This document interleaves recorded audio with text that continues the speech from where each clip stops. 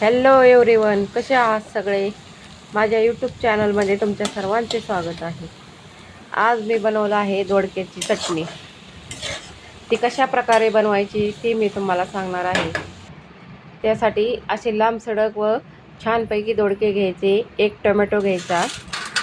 दोडक्याची साल काढण्यासाठी सालाईचे यंत्र घ्यायचे व खिसण्यासाठी खिसणे. अशा प्रकारे साल काढून घ्यायची दोडक्याची. दोडक्याची साल नाही काढली तर त्याच्या शिरा हाताने मध्येच लागतात, म्हणून नेहमी दोडका करताना त्याची शिरा काढून घ्यायच्या. अशा प्रकारे खिसणीने दोडका चांगला खिसून घ्यायचा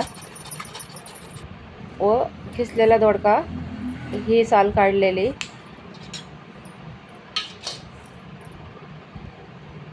नंतर दोडक्याचा खिस चांगला 2 पाण्याने स्वच्छ धुवून घ्यायचा व पिळून घ्यायचा. अशा प्रकारे पूर्ण दोडक्यातील पाणी काढून घ्यायचे. खूप छान लागतो दोडक्याची चटणी अशा प्रकारे केल्यानंतर. तुम्ही नक्कीच पूर्ण व्हिडिओ माझा पहा. त्यासाठी हिरवी मिरची, टोमॅटो कट करून घेतले, हरभऱ्याची डाळ, कोथिंबीर.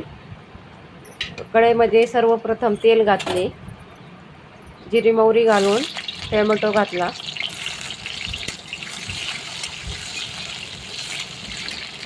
नंतर हिरवी मिरची, लसूण वाटलेले ते घातले.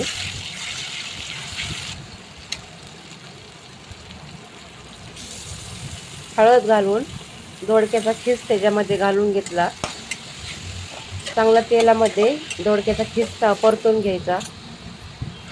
नंतर त्यात हरभऱ्याची डाळ घातली. डाळीमुळे दोडक्याचा खिस चटणी खूप छान लागते.